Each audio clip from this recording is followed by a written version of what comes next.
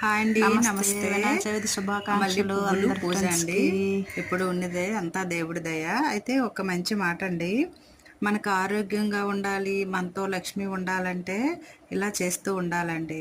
ఏంటంటే స్నానము మురికి నీటిలో చేయకూడదు. అంటే ఒకరు చేసిన వాటర్‌లో మనము చేయకూడదు. అలాగే విడిచిన బట్టలు స్నానం చేశాక వేయకూడదు. మాసిన బట్టలన్నమాట. ఇంకో విషయం ఏంటంటే, యజమాని బయటికెళ్ళిన వెంటనే మనం ఇల్లు ఊడవడం గానీ చేయకూడదండి. అలాగే గుమ్మం ముందు ముగ్గు పెడతాం కదా! మనం కడిగి ముగ్గు పెట్టేటప్పుడు ముగ్గు పెట్టాకే దాటి వెళ్ళాలి. ఇంకో గొప్ప విషయం అండి. న్యాయం చెప్పినప్పుడు ఏది ధర్మమో అదే చెప్పాలండి. మనమే కదా! మనవారే కదా! అని వెనక వేసుకోరాకూడదు. ఏమంటారు? ఇలా చేయడం వల్ల ఆరోగ్యమే కాదండి, మంచిగా లక్ష్మీదేవి మన వద్ద ఉంటుంది.